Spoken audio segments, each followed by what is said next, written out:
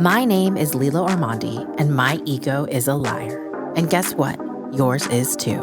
I'm a combat veteran, mother, and recovering high performer. This is a show about the lies we tell ourselves, how they shape us, how they break us, and what it takes to finally let them go. Let's uncover our lies to seek the truths underneath. Because before there's clarity, there's chaos. Let's navigate it together. So don your oxygen mask and take a deep breath. Welcome to Lies My Ego Told Me. Welcome back, liars and truth seekers, to another episode of Lies My Ego Told Me. I'm Lilo, and today's guest is Space Force guardian, rocket scientist, and decorated military leader who dedicated 23 years of her life in service to our nation. Colonel Bree Fram excelled at every turn through deployments, leadership roles, and even her cancer treatments. And through it all, she showed up devoted to her duty. But when she was finally able to live her truth, the institution she gave her life to turned its back.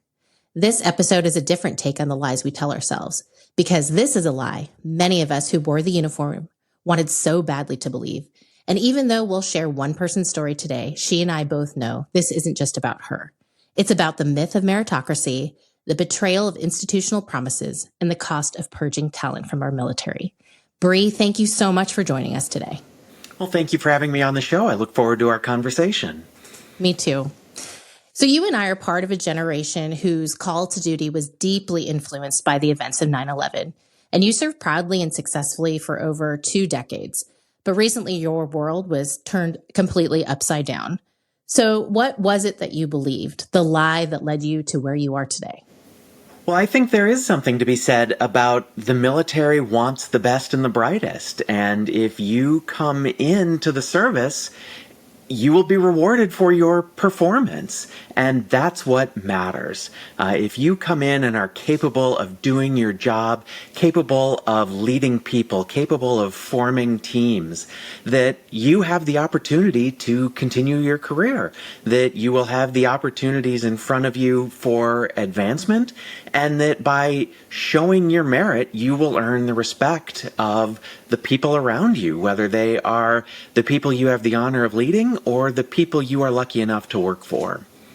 And I agree wholeheartedly. And that is why I served as long as I did as well, is just, trying to achieve all of those goals that they set before you. So you are an astronautical engineer, so a rocket scientist, but you don't necessarily identify as one. And you rose through the ranks in the Air Force. And then when the Space Force was born, you helped stand up the Space Force. And you excelled inarguably by every metric that the system claimed to value.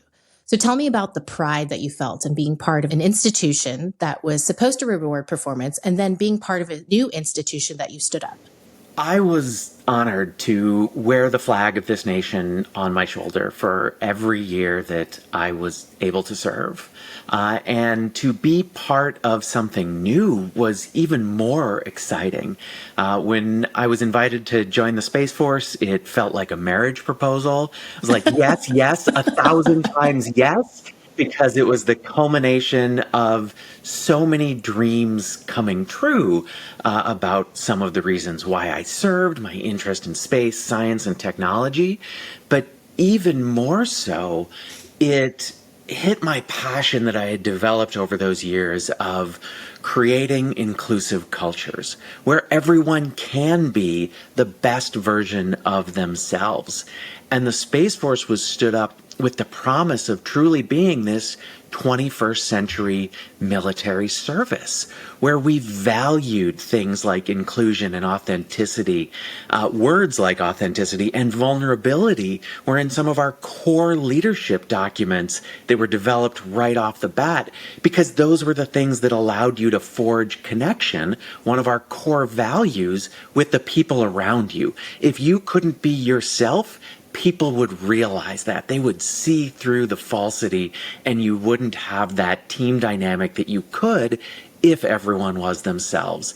So being part of that was, again, awesome. And I was so excited, and I thought that I was going to have many, many more years to come to be able to serve, because I loved every minute of it. So Bree, during your career, you played by the rules. You thrived professionally, became subject matter expert, became a leader, started to command. You did the right thing. And even during your cancer treatments, you did everything you could to return to a deployable status as soon as possible when you really could have taken a step back. So, what did it feel like for you to hold up your end of the bargain, to do everything that you were asked for, only to have those rules change underneath you? And at what point did you go from being seen as an asset to being cast as a problem or even a security concern? Well, after 22 years of service, earlier this year in January of 2025, an executive order came out entitled Prioritizing Military Excellence in Readiness. And in that executive order, it attacked my character and the character of all transgender people serving in the military. It said that we were dishonorable, undisciplined liars who lacked the humility required for military service. And in some ways, I had to laugh a little bit because lack the humility required for military service. And as you know, you had to ask, have you ever met a military pilot and asked about humility? Because they've probably told you not only that they're a pilot, but that they are the greatest pilot in the first 10 seconds of that conversation. And with good reason. They are badasses who are going to launch themselves into the sky and do the most demanding mission that this nation asks of them. You can't be sitting in that cockpit thinking, oh, can I do it? I don't know. You can't have some of that humility that apparently is so important. But in most of our aspects of our career, we do all have that. It is tough for us to talk about the amazing things that we do or talk about ourselves because not only do we believe it, but we all talk about the team. And it's what can we all do together? How are we stronger when all of us come together to accomplish this mission? So when we all of a sudden had this document from the President of the United States saying that I and others were less than, that because of our character, because of who we were, despite the track record that we had put in place, we were the problem. And that shattered everything that says we want the best and the brightest. We want people who are capable because it said right there and in the policy that the Department of Defense eventually put into place that we were these dishonorable liars who could not be trusted and in no way were capable of serving in the United States military. And it's just really concerning because according to the National Transgender Discrimination Survey, it was found that transgender people are twice as likely than the general population to serve. So the rates are 20% for transgender people versus 10% of the larger population. So the institution that really benefits from your service is now rejecting you. There was a glimmer of hope when the policy changed in your favor. And then now, years later, did you ever think the rules would change so drastically like this? I was hopeful that we wouldn't go backwards as we have because we institutionally made a promise that said, it is safe now. You can come out. You can be yourself. And thousands of service members did. And now we are rolling back. We are reinstitutionalizing discrimination in a way that rarely happens. Yes, this country has in many cases taken 2 steps forward and then 1 step backwards. But it is incredibly uncommon for us to codify that and say, this is now the issue again, that you are the problem.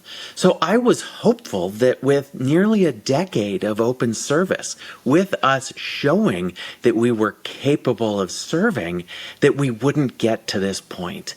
Because we had the chance not only to prove that transgender people could serve in every specialty, but deployed all around the world on the battlefield and accomplish their wartime mission, that what would the evidence be to actually say we are the problem? And that's why I believe so much of it is directed as attacks on our character, because there is no evidence. And even with the character-based attacks, you can go to the fact that we have served with people for that decade. In just my last several months walking around the Pentagon, I would have people walking up to me and saying, "You don't know me, but I know you, and I love you." Or "Keep fighting the good fight, do what you need to do, I have your back." Those are the things you don't win with just performance when they don't know you, but they've heard of your character. They've heard of what you're capable of doing and how you support others. And that's what I think thousands and thousands of service members proved over and over again, was that they belong and they were valued members of the team. Mm-hmm. And latest estimates I've read that the transgender community is 1% of the military population, correct? That's the general estimate, but we don't know for sure because we've never been allowed to actually collect that data.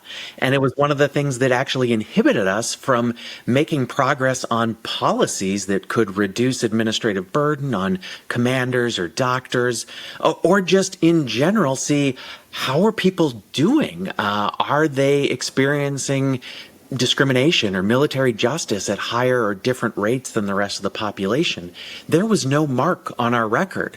And so when the government put this policy in place and it was challenged in court, one of the arguments that the judge made was say, well, if these people are the problem, who are they? Can you point to them? And the government's only answer was, no, we're going to have to search through medical records to figure out who they are. Right, which is a HIPAA issue anyways in itself. It's pretty wild to think that they had to go combing through documents just to figure out, oh, did you have this diagnosis or that on your record, as a way to prove, oh, you're the bad person. Mm-hmm. And I think there'll be some people to say like, oh, it's 1%. We can recruit other people to do these jobs. Or they'll say this is a them issue. This isn't a greater us issue. So how slippery is this slope? Well, if it can happen to us, who else can it happen to? And the answer essentially is anyone. It has been executive orders that have integrated the military since the post-World War II era. It was Truman's executive order that let African Americans serve and desegregated the military. And every order since, women, gays in the military, women in combat, that has all come down through the executive branch. There is no law protecting anyone's opportunity to serve. So if it's trans folks now, what's to say it isn't Muslims next, or it isn't women, or it isn't women that get pregnant, that you can no longer have a child, because that would actually cause you to be non-deployable far longer than anything else that anyone experiences. And we can't imagine, or at least I would hope that most of us cannot imagine, a military without women serving. But I thought that's where we were too on trans people, or we were at least getting there, and it's been ripped away. Yeah. And I am going to ask you a personal question. How long were you non-deployable for your transition? Several days. So very minuscule, right? So a very little impact to your deployability. Absolutely. I could have gone anywhere in the world at any time for any length with the support required to carry me through that in the pocket, one pocket of my cargo pants. And even had that all disappeared, what would have happened to me? Well, I might have been a little cranky, but who isn't cranky on a deployment? Yeah. I think I've been on a do not fly status for a longer amount of time for a sinus infection. So, because there's a lot of arguments surrounding medical for transgender policy, right? There's arguments that transgender care are too costly, they affect readiness. And I find it really interesting because we spend about $8.4 million is the last that I read on gender-affirming care. And yet we spend about $42+ million a year on Viagra. And so I get a little bit confused / frustrated when I read that statistic. So how do you address that argument? Well, the military provides a ton of gender affirming care and not just to trans folks. As you mentioned, Viagra is gender affirming care. There is all sorts of things, whether we provide testosterone, hormones to special operators who say they have low testosterone and it gives them an edge. Whatever that may be, that could all be in the category of gender affirming care. But what I want to make clear is that this is simply healthcare. This is what we commit to our service members, that we are going to provide you the healthcare that makes you the most effective version of yourself to complete your mission. And that's what this is all about. This is making sure that all of us can dedicate our full self when we are called upon to the mission that we've been given. So this is just providing healthcare. Mm-hmm. And some also argue, that this is a mental health issue, which is interesting because we're supposed to be looking at mental health in a much more positive light in society and especially in the military. And I think you brought up an interesting point of explaining it, which I will not do justice. So I'll have you do it, of like when people address this through the mental health lens. Yeah, I think the misconception that's out there about us is that we are broken. And so we are coming to mental health care to in some way say, please fix me. And that is not the case at all. This is us approaching what has been put on us as mandatory for what we need to do to reach for our best self. This is, again, us not saying, we're broken, please fix me. This is saying, I know I can be a better version of myself, and I need your help in getting me there. And whether you do that with a therapist, you do that with yourself, and working through that path of how to be the best version of yourself, that's something we should all be looking for, because it's that growth mindset that is so valuable to any member of the military to say, I can be better tomorrow than I am today. And that's an infectious attitude. That is a good infection that you want in a unit, spreading around to say, we can do this better. We are going to train. We are going to learn. We are going to understand ourselves and each other in a way that helps us accomplish the mission. And I think that's what trans people really embody, is that sense of, I can be better and I'm going to go for it. And I love the stories that you do on service members that are very elite, very decorated, and your hashtag is they happen to be trans. Like that just happens to be an additional fact. It almost becomes a moot point because they are airmen, guardians, Marines, soldiers, sailors first, right? Yeah, it's really the 8th or the 32nd most interesting thing about them. It is not something that anyone would notice about these individuals as they walk into a room. What you will see instead is their uniform, the qualifications that are represented by their rank or their skill badges or the decorations that they have. Those are the things you see in a military context. And the fact that they're trans, in the vast majority of circumstances, doesn't matter at all. Sometimes, sure, there are aspects of any of our identities that come to the forefront and need to be part of that conversation with a commander or a friend about how do we work through this issue. But 98, 99% of the time, doesn't matter at all. Mm-hmm. And one of the extraordinary things about your story, and what I really wanted to talk to you about when I first reached out to you, was that you have had the great gift of being able to live life through multiple lenses. There's the proverbial text of like, if you could walk a mile in this person's shoes, which you really have. You were first a male presenting officer. You were part of the majority. A majority of our service is white male. And now, as a woman and openly transgender, you are part of the minority. What was it like to go from being one of the boys, just another person in the room, to being the only for the first time, whether that was you being a woman or being, the only LGBTQ person, which was a completely new and foreign experience? It was eye-opening and it was frightening. And those were in different contexts. I never noticed for the vast majority of my career when I would walk into a room and see that everyone there, or at least the vast majority, were old white men. It just wasn't even on my consciousness.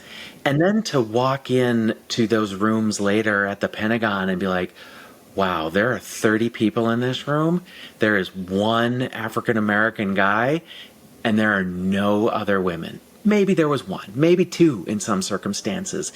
But it was incredible to notice that, particularly the more senior you got and the more senior the audience of the room was, how few people that truly was.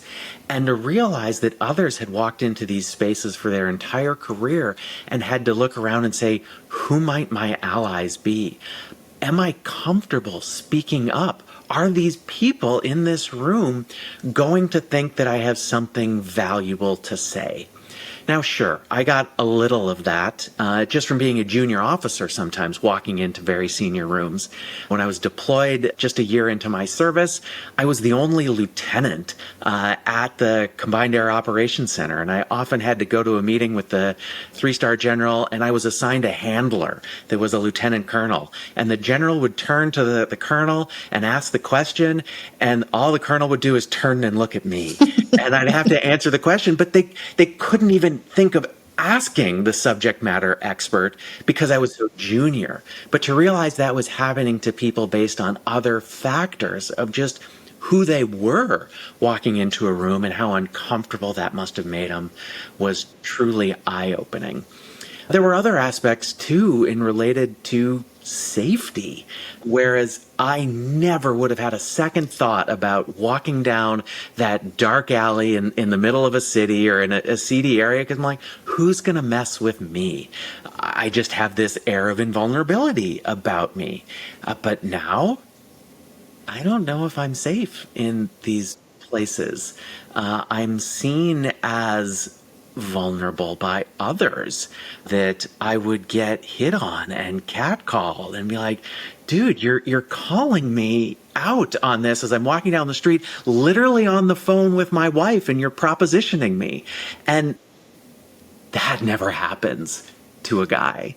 It's so strange, and again was one of those things that was frightening for me, but just opened my empathy for others in ways that I hadn't expected. Yeah, that's a story of my life right there. So going, feeling alone. And like my dad would always ask me, how many women were in the room with you? He was always very curious. And I think it's just because he was maybe concerned because he was my dad, or, curious because he was in the Air Force too, and he never saw women doing these jobs. But yeah, that's a normal day as being the only. How does this experience make you a better advocate for others who feel invisible or feel vulnerable? I think it really enhanced my consideration of what others might be feeling in those rooms and allowed me to better call them in, to make sure that they were comfortable, and to see who might in a meeting be feeling like they can't contribute, and to make sure there were ways that said, oh, maybe you have something you want to add here. It looks like you're chewing on something that is important for the group to understand. And realizing those little cues that people have that you start to pick up on when they're uncomfortable. And then to make sure, whether it is in that meeting or it's afterwards, that you check on them.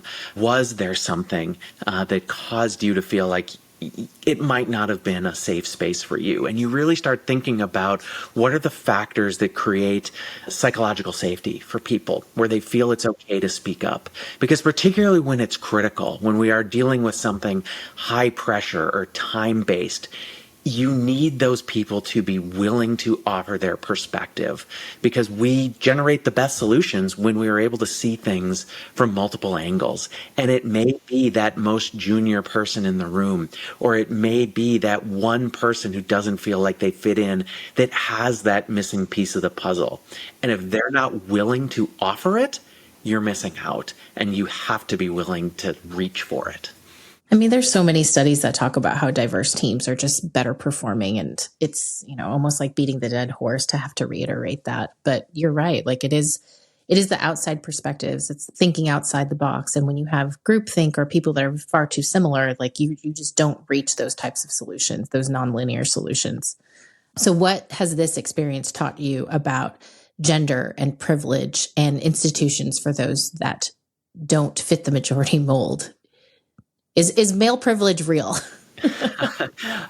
Absolutely. But what I think it has taught me the most is just the extra effort that everyone needs to expend just for not being part of that majority. Or it's also the extra effort that people spend to protect themselves or to fit in. Basically, to show up inauthentically, to be someone you're not, requires work.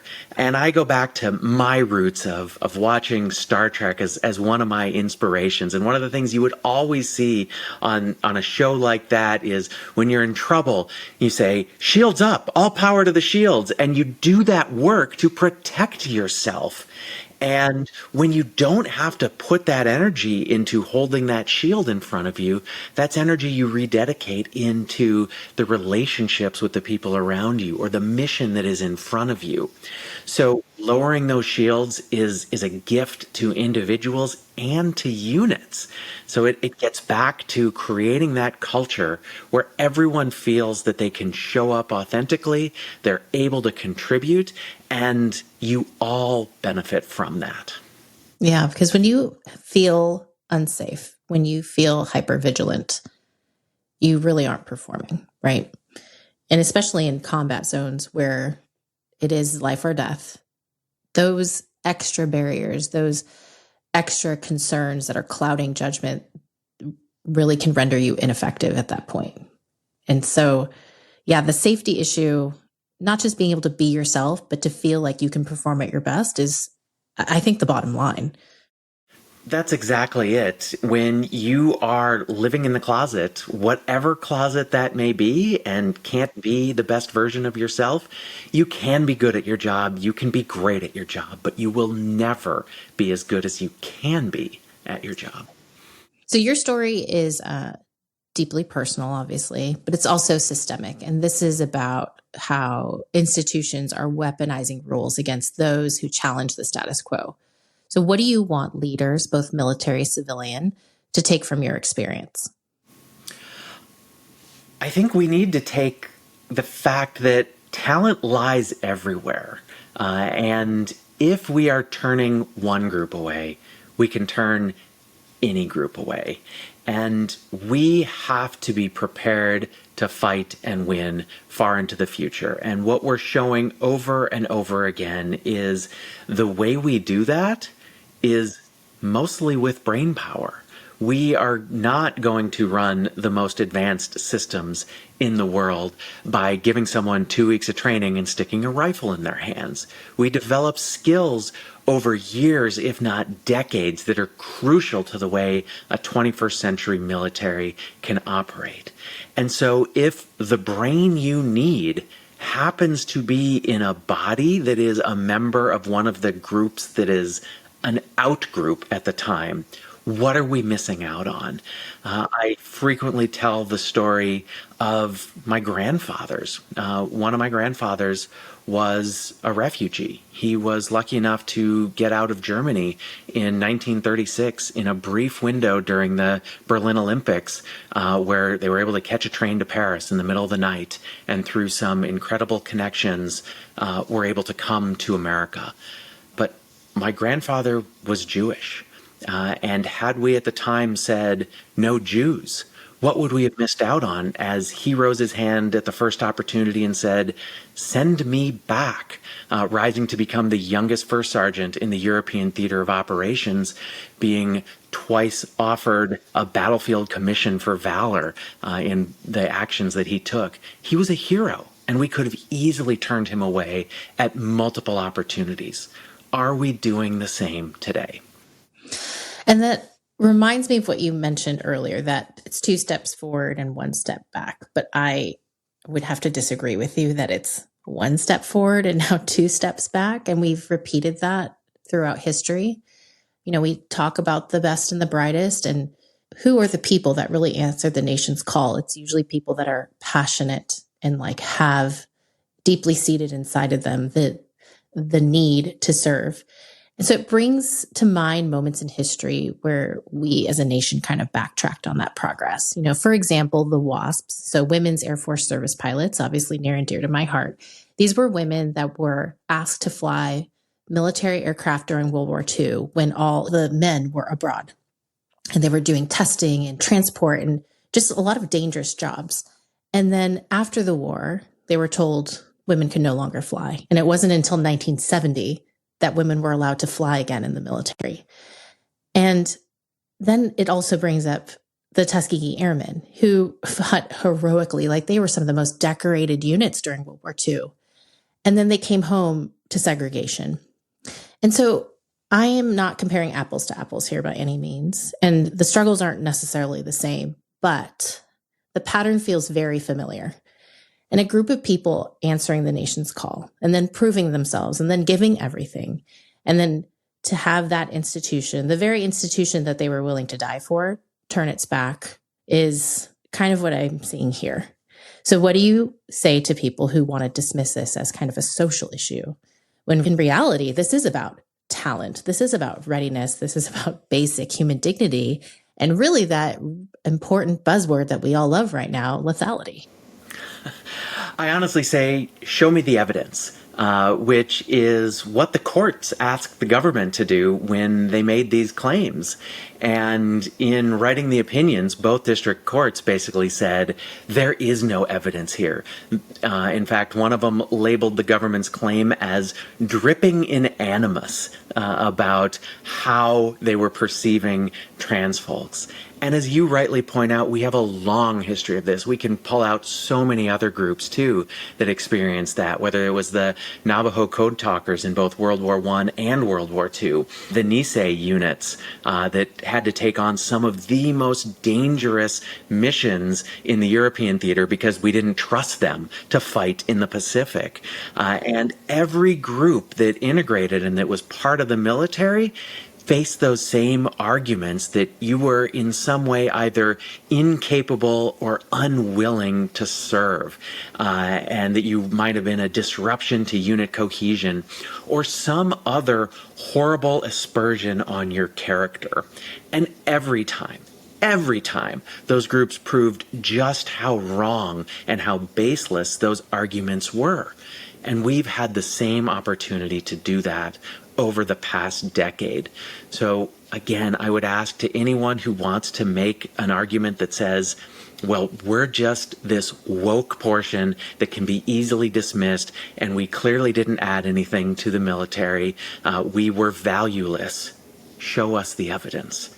When in fact, we can give you our performance reports. We can show you our decorations. We can show you our deployments. What's the connection there? Why do we keep doing this? And I ask that as part of the collective. Why do we keep doing this? I wish I had an answer to that. And I think there's certainly some aspect of how do we... It's almost an unanswerable question of why do we do this? And I certainly can't speculate on what's in the mind of the people that are implementing these policies. I have to fall back to who are the people being affected, what is happening, and then to talk about the fact that the impact is far more than on just us. It is not just about the thousands of transgender service members. It is about the hundreds of thousands of people that we have served with that now see holes in their unit where these incredibly capable, competent people used to be. It is about the next generation who might be thinking about joining the military, 30% of whom identify as members of the LGBTQ community now, thinking, is that a place for me? Is that somewhere I would enjoy serving and spending my life? And it's about people's families, because we don't pick who our kids are going to be. And so if a service member ends up with a queer or a trans kid, will they feel comfortable serving in a country that says their child does not belong? Mm-hmm. And why, on the flip side of that, why do we, and that's collectively marginalized communities, why do we continue to serve? I know what I believe, and I know that so many of others believe, is in the promise of America, that we are an imperfect union, that we as a nation can have that growth mindset, that we can be better tomorrow than we are today. That, as has been pointed out by many people, that the long moral arc of the universe should bend towards justice, and that it is our job to make it do so. That we believe in life, liberty, the pursuit of happiness, these fundamental American ideals, and we are willing to fight and die for that. And we've learned that freedom isn't free. I talked about the service of my grandfathers and so many others who went and fought to ensure that I had the freedoms and opportunities that I enjoyed as a kid.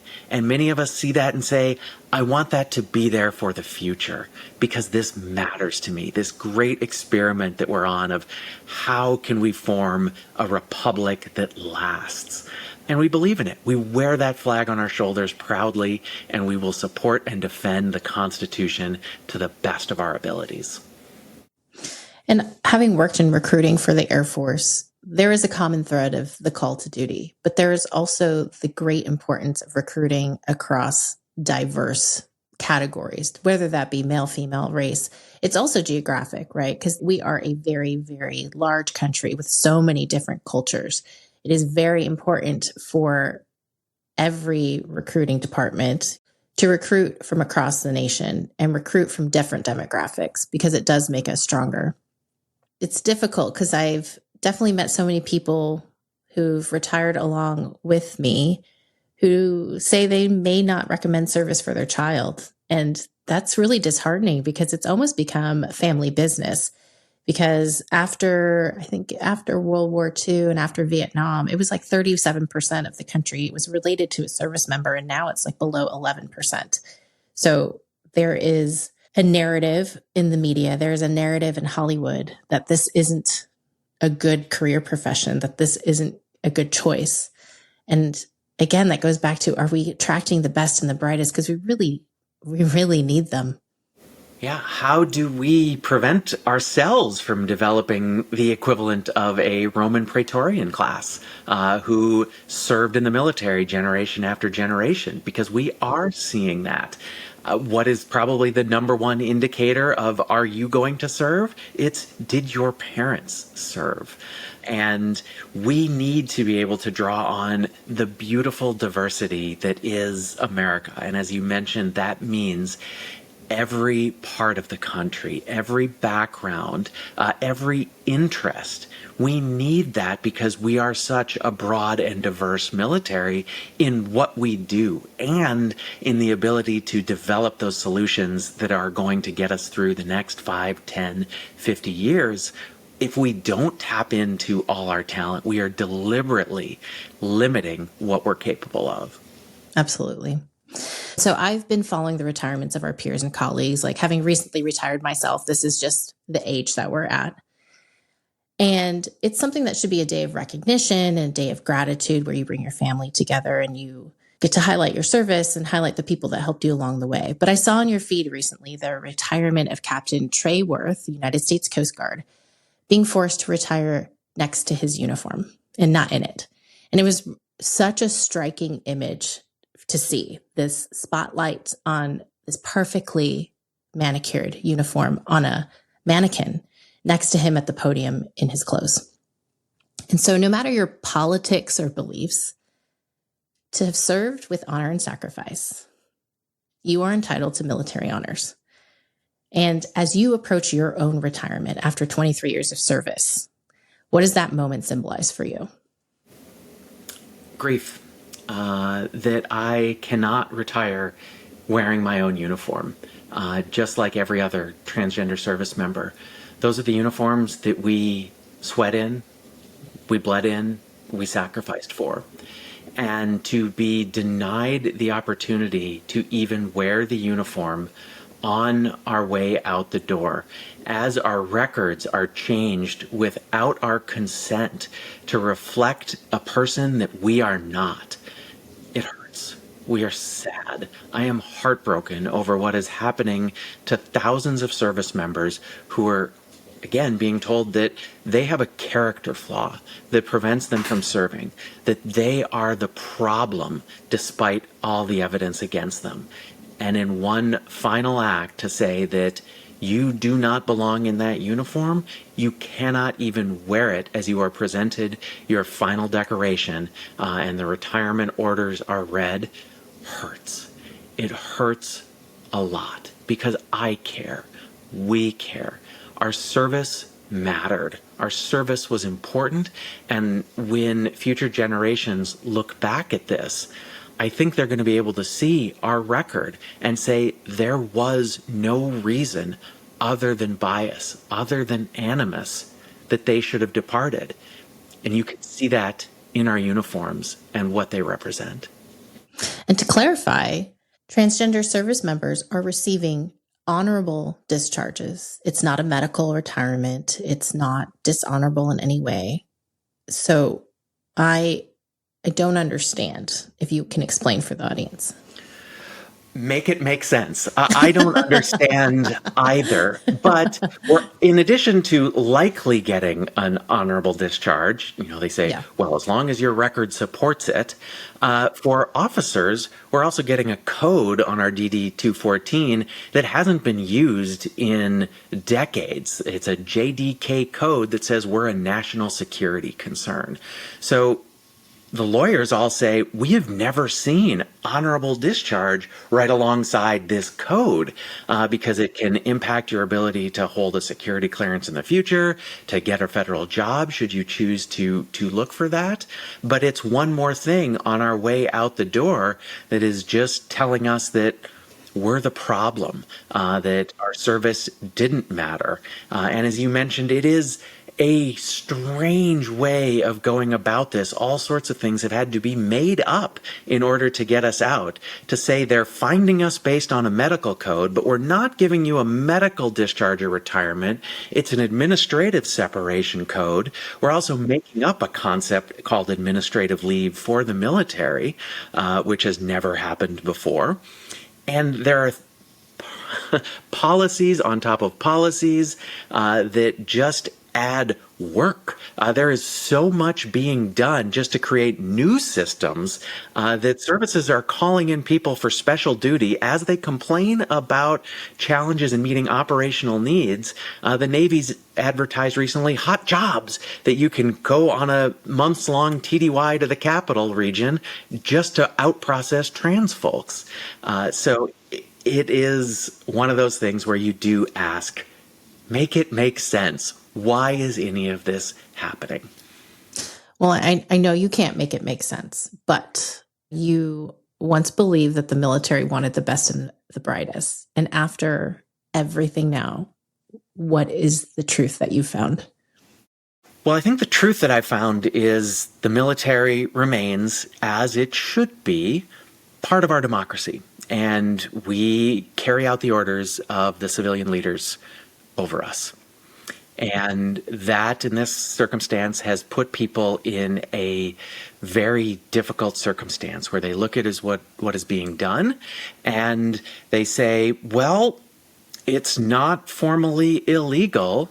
It may be immoral, and it may be that I'm kicking out people who I have served with for decades, who I know are capable, but I have to carry out these orders.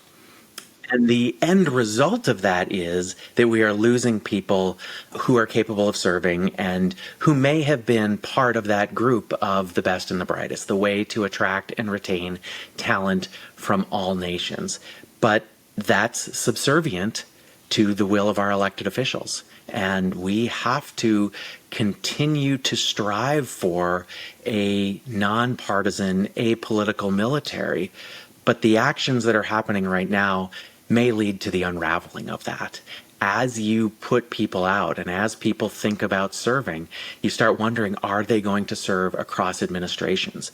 Are the people that we might be bringing in right now going to be willing to continue serving if the presidency changes party?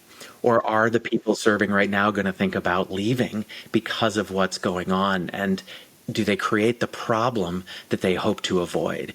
And so it's a really difficult nut to crack of how do we ensure the nonpartisan professional military that is such a bedrock of American democracy. How are you reconciling this, if you ever will?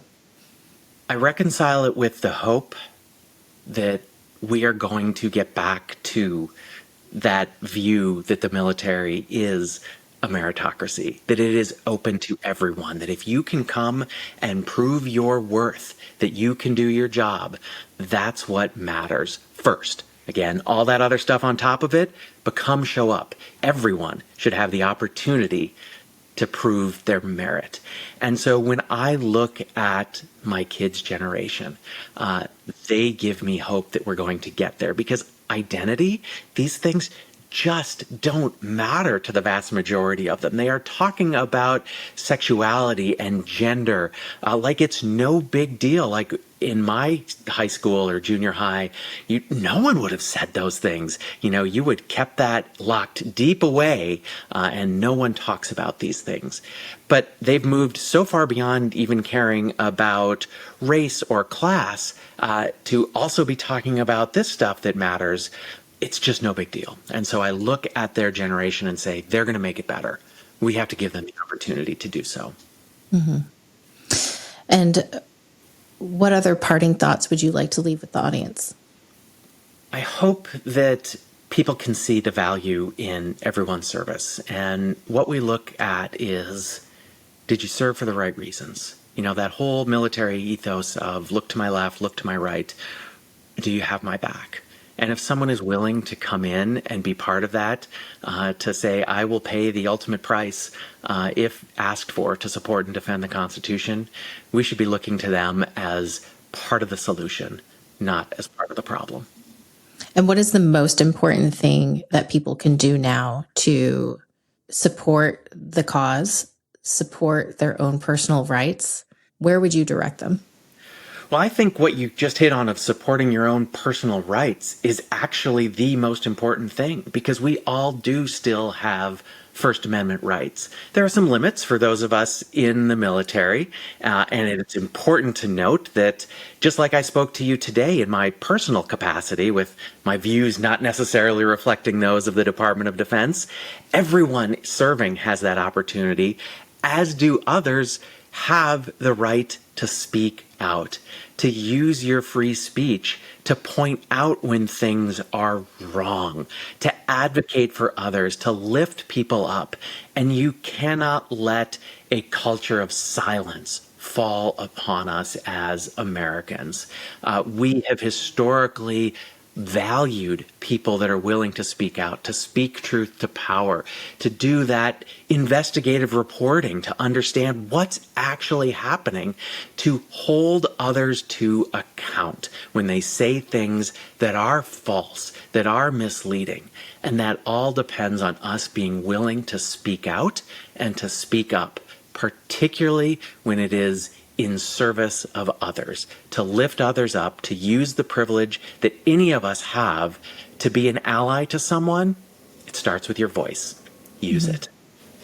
And to any young person who has a fear, may feel marginalized, but still wants to serve, what would you say to them? I have had a lot of difficulty with that question right now, because I am getting asked. And where I always would say, follow your passion. That is incredibly important. Now there's some caveats to it, and just encouraging that extra thought of, is now the right time? Will you be safe? And for a lot of people, the answer is no right now. And that hurts too. That I would even have to have that conversation with someone to say, hey, think about it before you make this decision to serve. It hurts deeply to even get to that point in my thinking. Yeah. I feel the same way. You know, I served 2 decades, so fulfilled in so many ways, but I do have fears. You know, if my kids wanted to serve, thank goodness they're super, super young right now, so it's not an option. But there are so many genuine concerns that I would have that, again, it would be a serious conversation. Whereas I think like 10 years ago, it would be like, oh, you want to be a fighter pilot like mommy and daddy? Sure, go do it. Now there is sadly hesitation because I am so proud of my service and I know you're so proud of yours. And it was life-changing and fulfilling and full of purpose. But again, I believed in the meritocracy then, and I believed in, you know, all the people around me and the culture, which was huge. And that shift is really, it's scary and saddening. Yeah. I remain grateful for all my years of service, for all the people I've had the honor of serving with. It has been the adventure of a lifetime. And I hope many people in the future have that same opportunity to have an incredible adventure in government service. Well, Bree, thank you for being here today. And I know our conversation will be considered controversial. And I know there's going to be listeners who vehemently disagree with our entire conversation. And then there will be those who support you unconditionally. But I think for the most part, a lot of the listeners are going to be somewhere in the middle. And I want our listeners to remember that dissent and discourse is fine, and I encourage it. However, we need to foster understanding and empathy, and we can agree to disagree, but we need to do it in healthy and productive ways. So I thank you so much for your bravery, your openness, your advocacy, and above all, thank you for your service. Thank you for being here today. Thank you, Lilo. To learn more about Bree's story, visit breefram.com or transmilitaryrights.org. And don't forget to subscribe and leave us a review.